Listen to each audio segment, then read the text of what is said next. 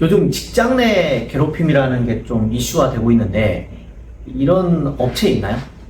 보통 요즘에는 이제 병원에서도 많이 발생하는 게 이제 퇴사를 하시고 사직서에 직장 내 괴롭힘으로 퇴사 이렇게 쓰고 퇴사하시는 경우가 가끔 있어요. 근데 그런 경우가 있다 하고 혹시나 이제 원장님 저 직장 내 괴롭힘 당했어요. 그래서 저 힘들어요. 이렇게 이제 면담을 요청하시는 경우가 하는 경우가 있는데 이럴 경우에 이제 원장님이 저희한테 물어보시면 이렇게 얘기가 있는데 제가 어떻게 해야 돼요? 라고 물어보시는 경우가 있으세요. 근데 그런 경우에는 원래 원칙적으로 근로기준법상 직장 내 괴롭힘이 신고가 되거나 그 사실을 인지하게 됐으면 반드시 사업주는 지체 없이 조사를 진행해야 되거든요.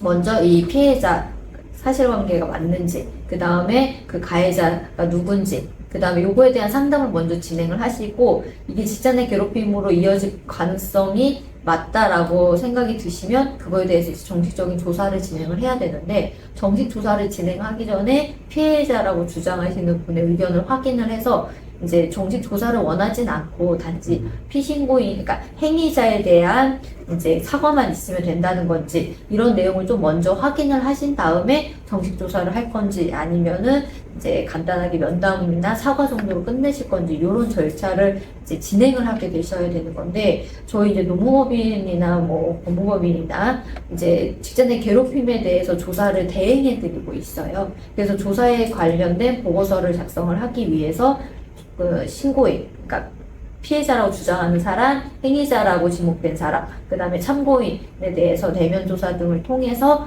조사 보고서를 그러니까 직장 내 괴롭힘 조사를 하고 이거에 대한 조사 보고서를 작성을 해서 요거에 대한 거를 이제 회사에 저희가 이제 제출을 하게 되는 거죠.